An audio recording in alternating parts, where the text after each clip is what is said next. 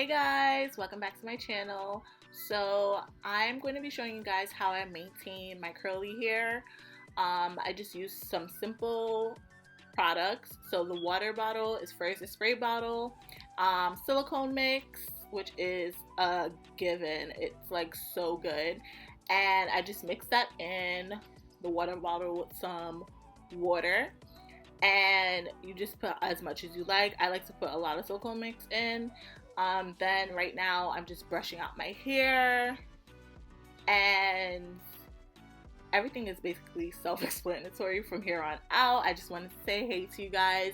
Make sure you guys like this video, subscribe if you haven't already, leave a comment down below if you're loving the look, and I'll see you guys in the next one. Bye.